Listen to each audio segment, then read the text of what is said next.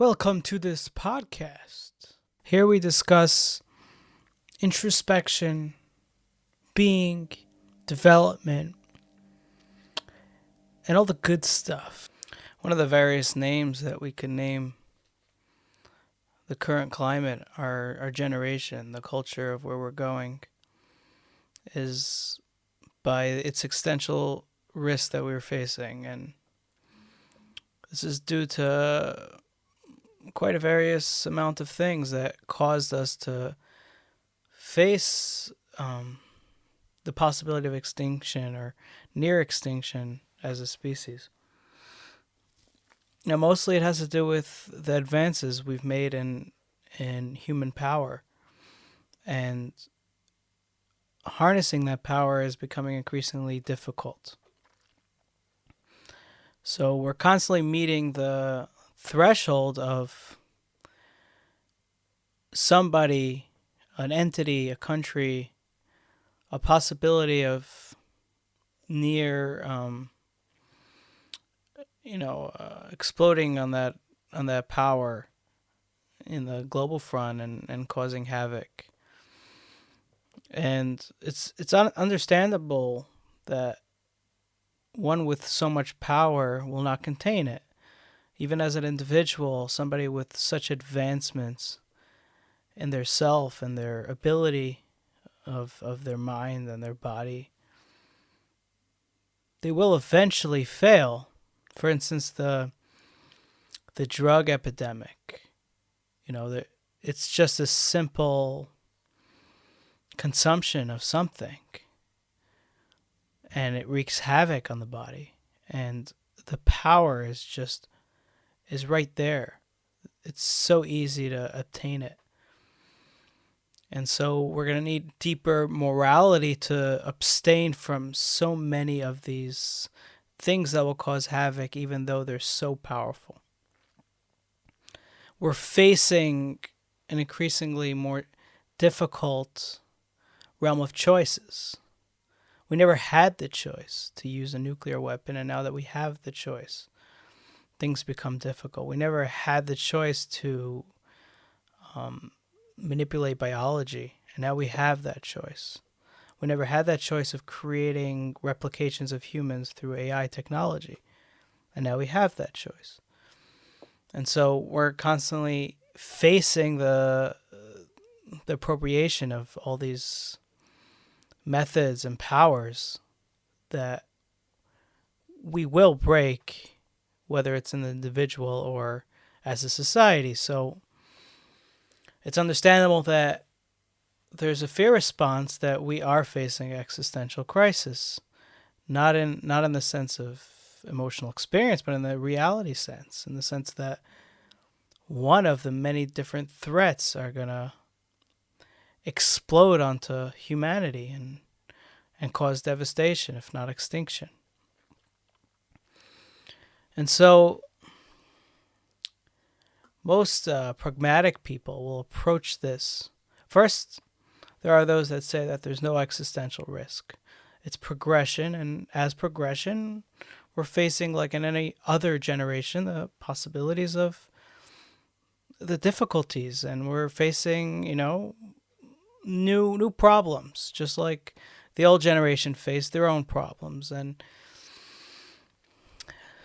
this approach, I think, is not being true to the reality on the ground. I mean, yeah, there was the possibility of some sort of global devastation through certain means in the ancient world, through burning towns down and doing things that could create strong amounts of devastation, but none that compared to a simple nuclear bomb on civilizations. And so, and also the fact that it's in the individual hands.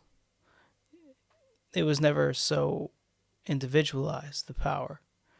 It was communalized. If there was the possibility of creating destruction or havoc, it was in the choice of the communal body. And we would trust the communal body to not go to certain lengths, because there's a certain respect for life and existence beyond war and hatred. This changes when communal bodies are not the answer, as individuals contain the power, especially in the biological front, as we saw in the COVID pandemic, where they were testing viruses for the gain of function. They were testing to try to see to open the limitations of the virus, and we could find some sympathy with that. You want to explore the world as far as you might want to, because that brought this progression that we're truly proud of. Yet it hit the wrong chord and rippled through the world. And so now that the individual contains the power as opposed to the communal body, we're stuck facing trusting the individual, and we know that individuals fail. They don't have the safety net that a communal body has, where if a couple fail, the rest will stand strong, the majority will overcome the minority. The individual as a minority in facing society and the global world can break down, and in their breakdown they could cause destruction like never before. So this is truly an existential threat, and that's besides the AI front, which has its own story and components. So the pragmatic people would approach this by saying, okay, so we need regulation. If it's biology, if it's these laboratories, we need to control the movement of information. We need to control the privacy. We need to do things that will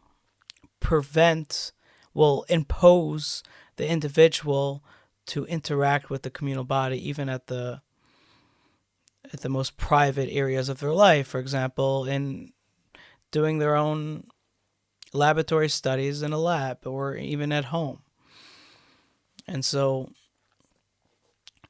that solution is, first of all, I don't believe will work, because first there's a limitation of how strong a communal body will be against the individual in terms of controlling the person. And secondly, even if that is successful,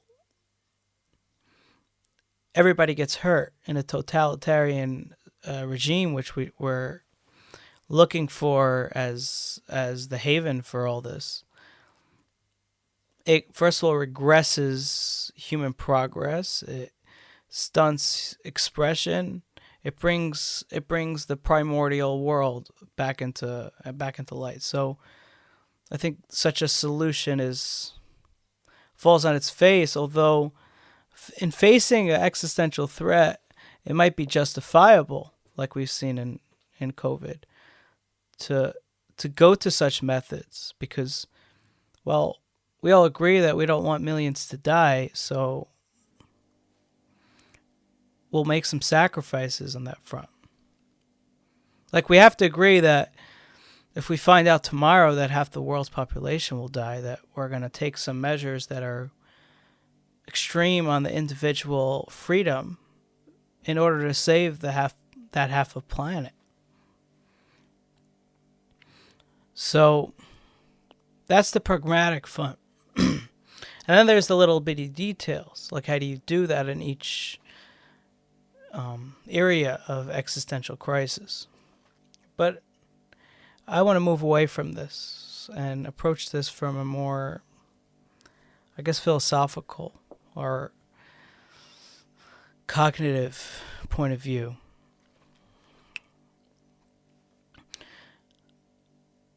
We made this progression, right?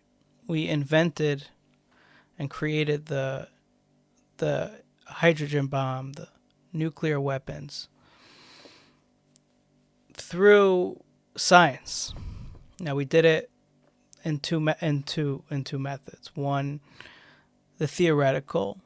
It was people in closed out rooms coming up with great theories.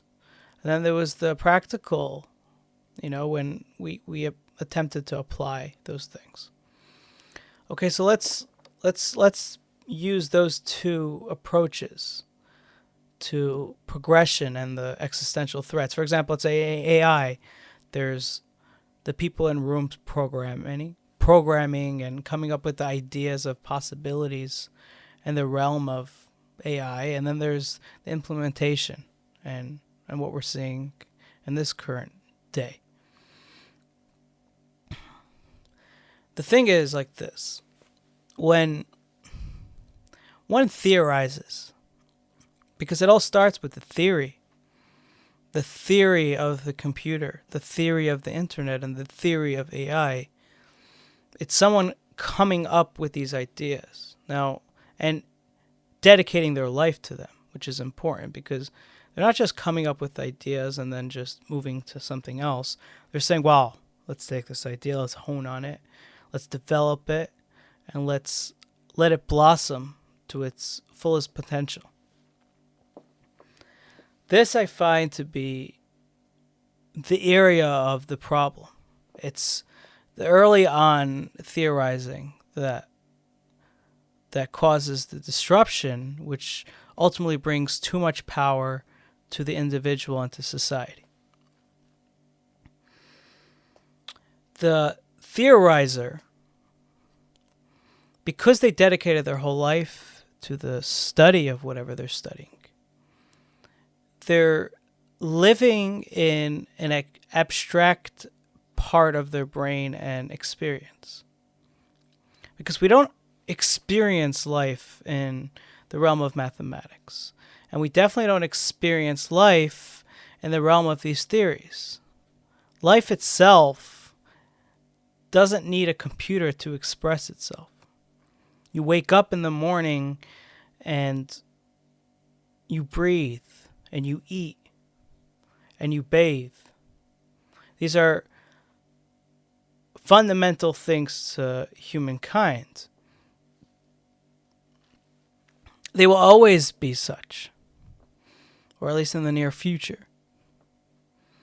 And so to spend one's time and energy on a place that's not connected to fundamental experience, they're not feeling their thoughts.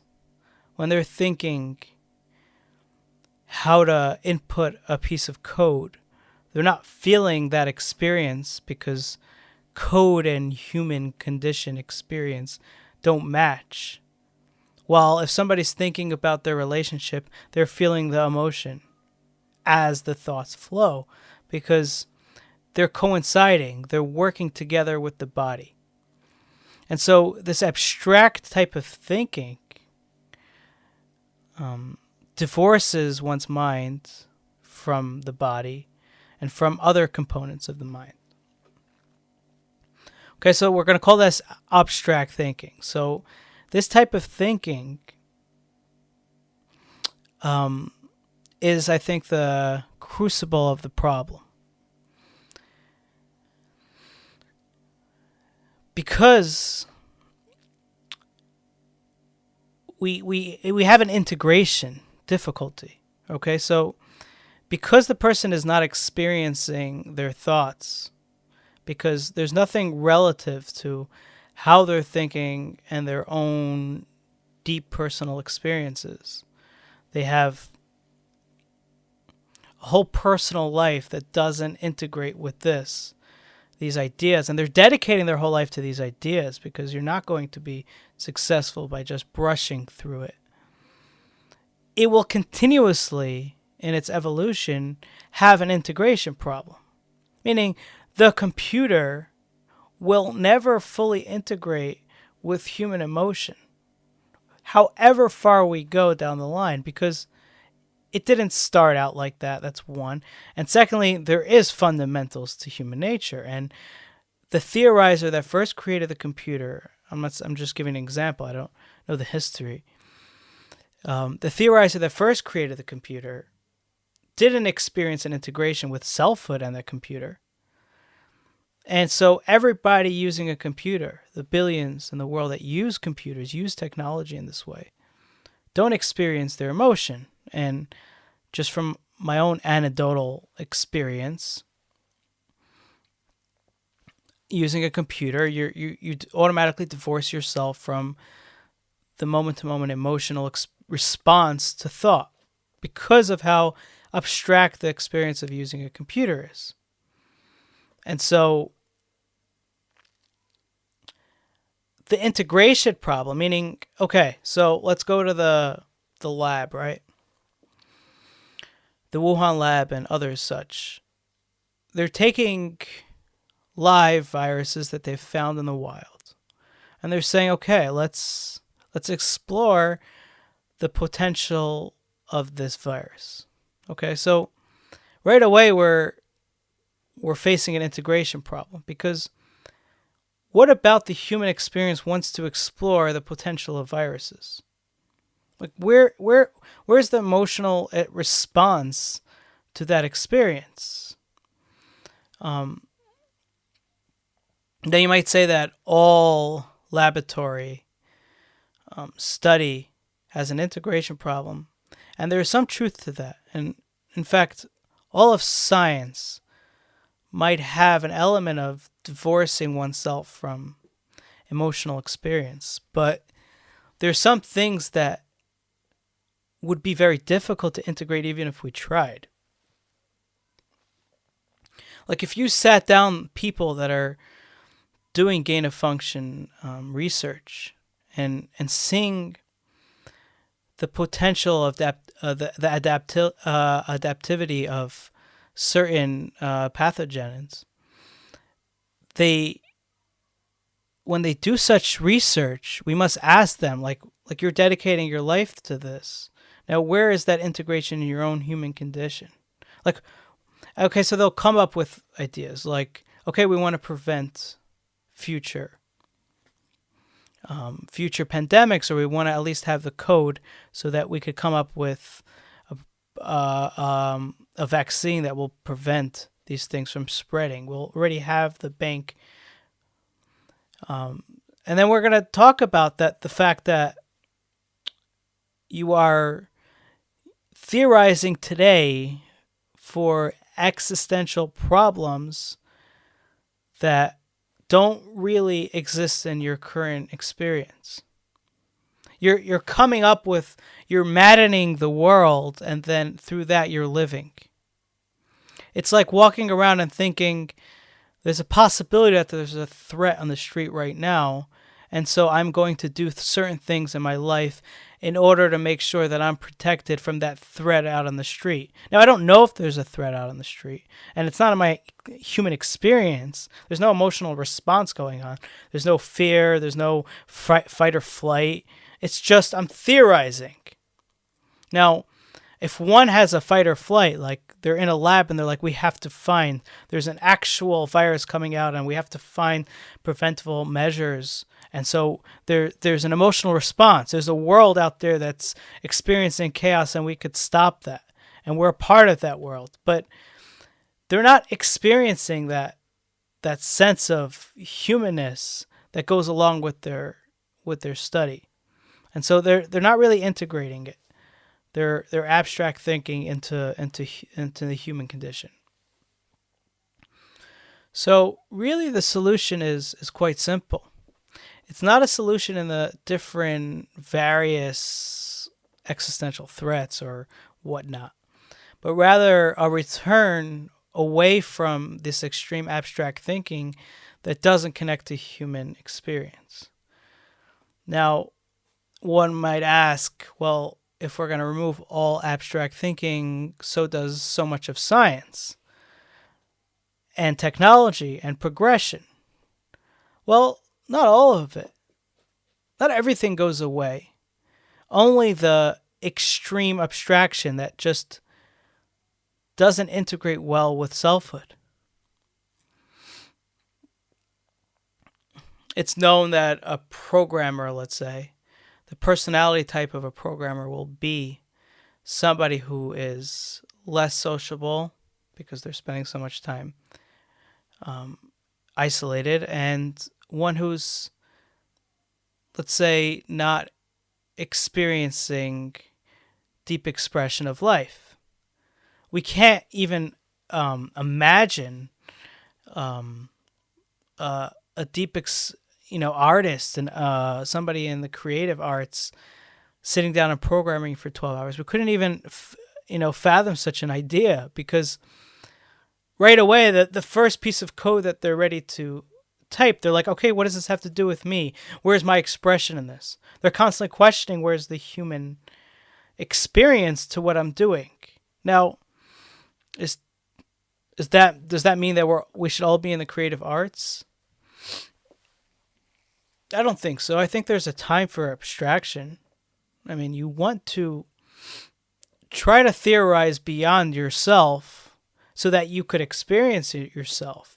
But we should constantly be, mediating between, am I experiencing myself while I'm doing this? And when will I return to my experience of self in regards to this? So that we finally get to that integration that we're seeking. Why is this really a solution? I'll tell you. Because such a way of life and thinking happens globally. Meaning, if a movement starts to break out where people walk away from such abstractions, which is somewhat happening, we will not be able to go back to abstract thinking. Meaning, the one person that decides to stay in a world of deep abstraction will alienate themselves from the moving society who cherishes the human integration of what they're doing. And we see from ancient societies where that is how it worked, where the idea, there were some societies that did this extreme, where the idea of abstraction was just despised. There wasn't even an availability to do it, not because it's not possible, just that nobody would have entertained such a notion of living, and it would have been so strange to pursue something that doesn't have a clear definition to their human experience. And so I don't think that modernity was just this broken sense of abstract thinking. I don't think that's what happened. I think we progressed so much that we might have forgotten the importance of integrating selfhood into abstraction. Now, this might seem like the conclusion is more creative arts, less science. Well, the truth is that creative arts, and if you noticed, paintings, the top paintings are the abstract art, and there's no coincidence. They're only an expression of what's happening in the sciences. They're only going to express, right? So you're going to bring in abstract art in the 21st century because you are expressing your abstraction, right? You're expressing outward what you're experiencing inward in an abstract sense. You're not expressing pictures and portraits or landscapes. And so the answer is not for everybody to move to abstract art right now. The answer is to get to more expressive creativity that's integrated with the science. The wrong that I'm calling out in, let's say, the abstract thinkers of the generation that are causing a lot of this lack of integration, well, in the creative arts, it's the same way. We will find, let's say, fiction that will not embody the best of the human expression that they can give out to the world. And so it's almost like there's no possibility for Shakespeare to arrive, because the creative arts is also taking some sort of hit. And so the solution is not necessarily to go into the creative arts, because the problems are there too. It's just in the expression front. It's like the art is just what I think human expression is, as opposed to what human expression is. Because that is the experience of abstract thinking to normal thinking. It's like, what do I think experience is versus what is actually experience? And so it's the same on the creative front. It's what do I think is creative, as opposed to my creation coming out of me, flowing nonstop. And so, yeah, really this is a talk about abstract thinking, but it borders on the broken arts coming out. And I think there's a resurgence in both removing the extreme abstract thinking that doesn't integrate. It's almost like there's a certain alienation that's going on of people that are exploring such theoretical fields when there's such practicality to deal with. And then on the other front, there's this resurgence of good creative arts that's true expression and not an example of what expression is supposed to be and whatnot. Thanks for listening.